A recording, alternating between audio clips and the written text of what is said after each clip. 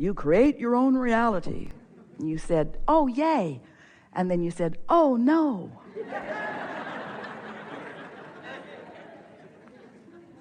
And then you went through that phase where you beat up on yourself because the reality you were creating sucked.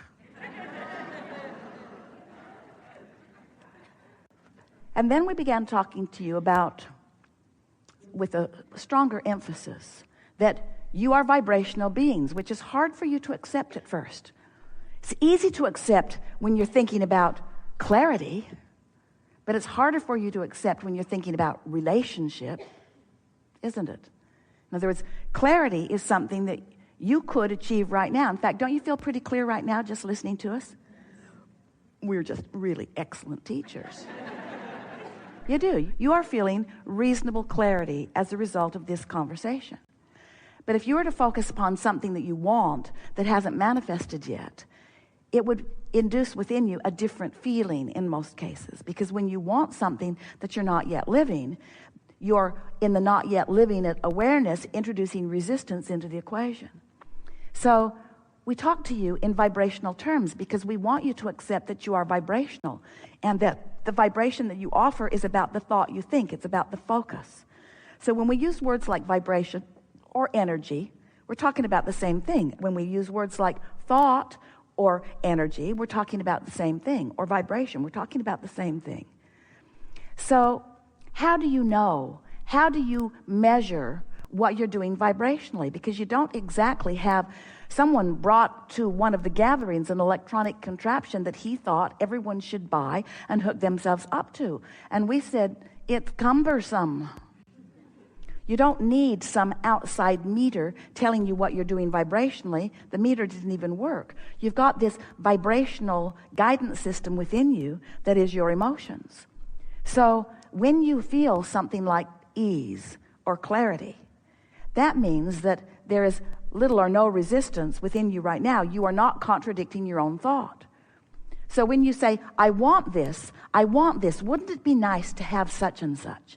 And you just visualize being it or doing it or having it or living it. Wouldn't that be nice? And the idea of it just feels so good to you. And then you say, but, hardly anybody is doing that. You have just introduced unnecessary resistance to the equation. Why would you do that?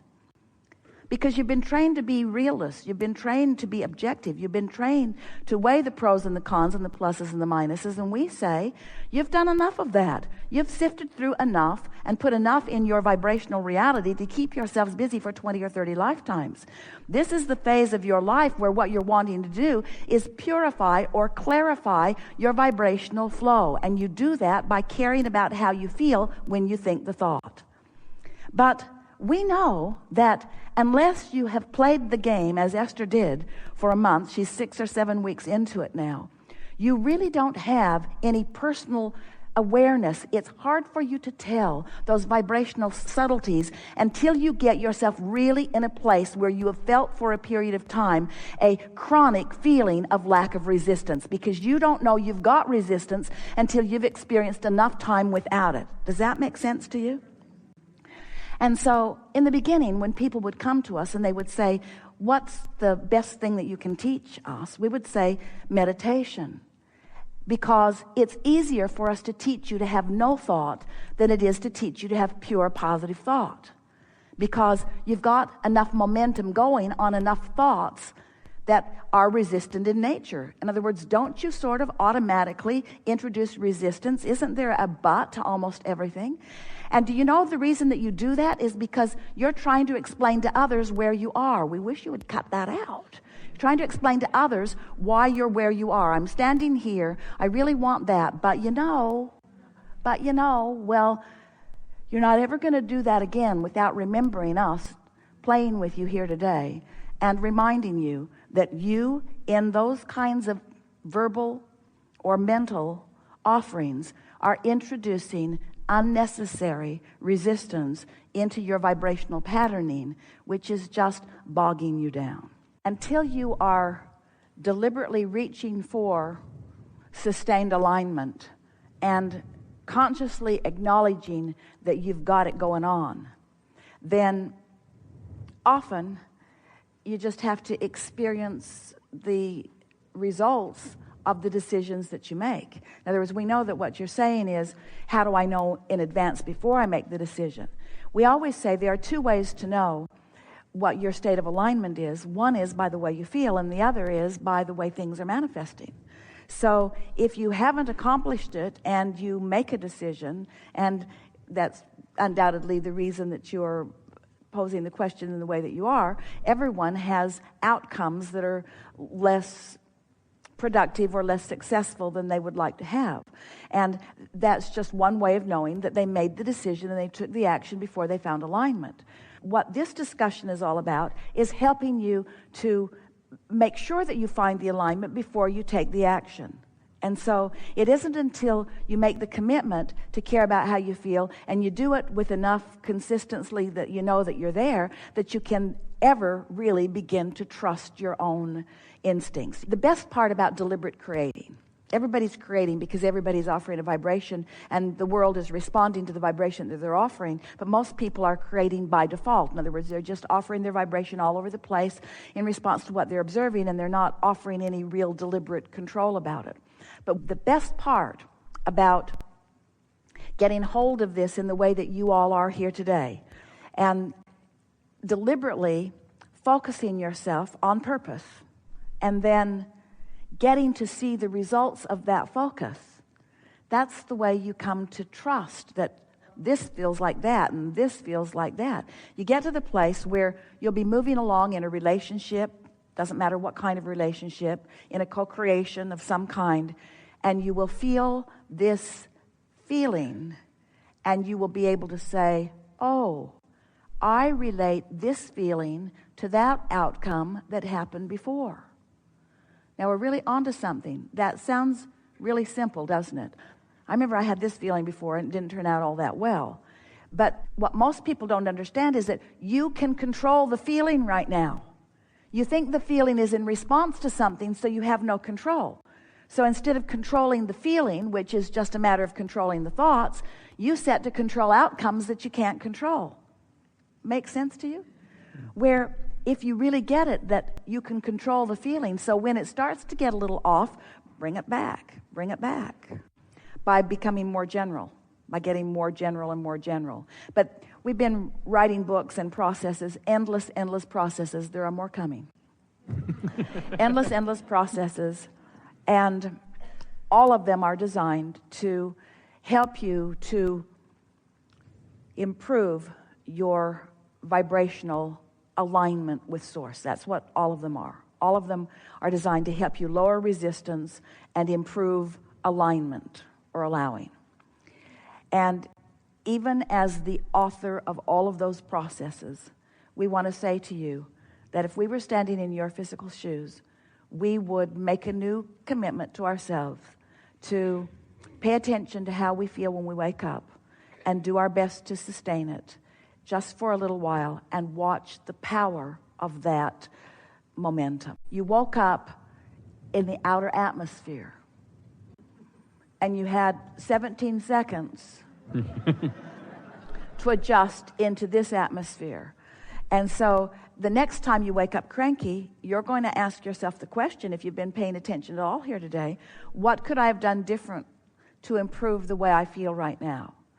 That's why we're saying it takes 30 days. It takes a while to show yourself that you can do it. And in some ways, it would be great fun if we could replicate this exact gathering with these exact people after 30 days of you really doing that, and listen to you revel in amazement at the clarity that you've found and in how this is smoothing out and this is smoothing out and this is smoothing out. Our answer to your question is unsatisfying in the sense that words don't teach, and you just have to monkey around with it till you find your rhythm.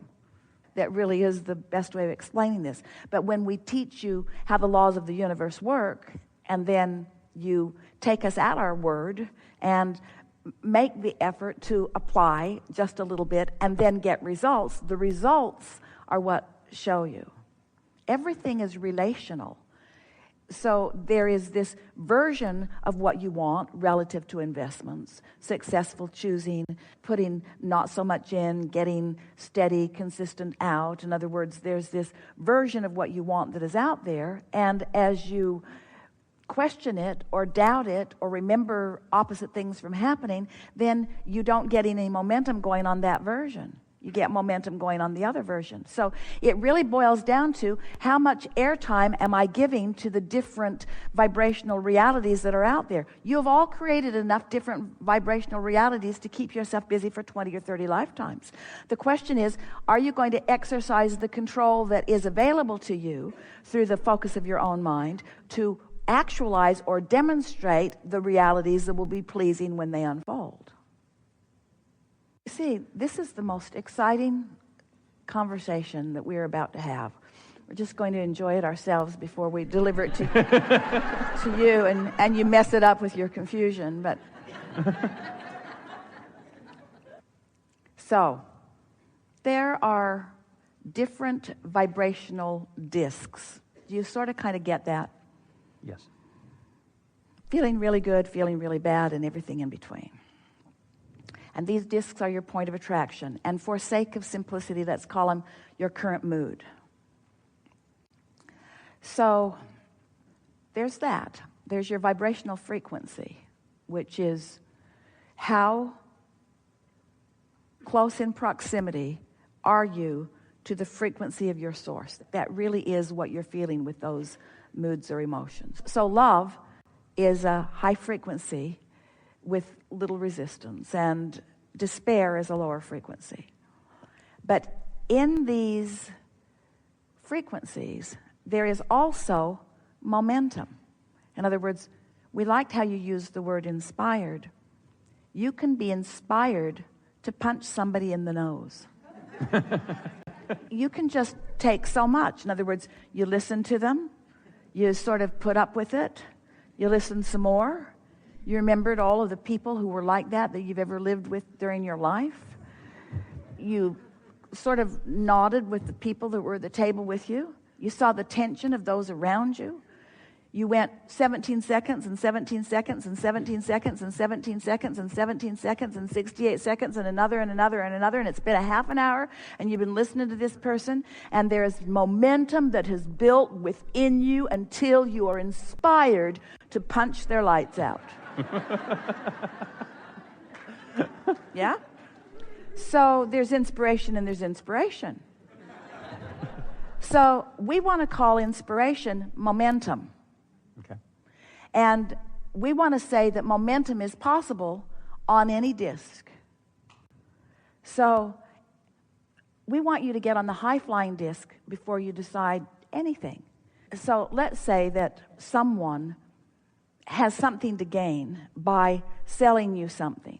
And it's not exactly a win-win situation, and they know it because they're not offering you the fair value that you want. But it's sort of the way the game's played. If you're not smart enough to know that you're being taken advantage of, then there are people who feel like it's fine to take advantage of you, and there's no arbitrator out there in the sky who's sorting all of that out. In other words, that's why you want your gut to guide you. You want to intuitively know what to do. So let's say that that person is so determined that they are going to sell this today, and they have supreme momentum going, and you woke up foggy. You're not on your high-flying disc. You don't have your own momentum going. And so you visit with them who has momentum going. Can you see how you can be drawn into their momentum? And so it's really about where you are before you rendezvous in that physical action-oriented way. Jerry used to say, on a pretty regular basis, if you don't have goals of your own, you become part of other people's goals. And what he was actually saying is, there are people with momentum all around. And if you're walking around without very much momentum of your own going, it doesn't take very much of your attention to their momentum before you become part of their momentum. The question is their momentum in vibrational alignment with you and your high-flying disc? That's the question. And you won't know that until you get on your high-flying disc and then, and get on your high-flying disc and then, and get on your high-flying disc and then.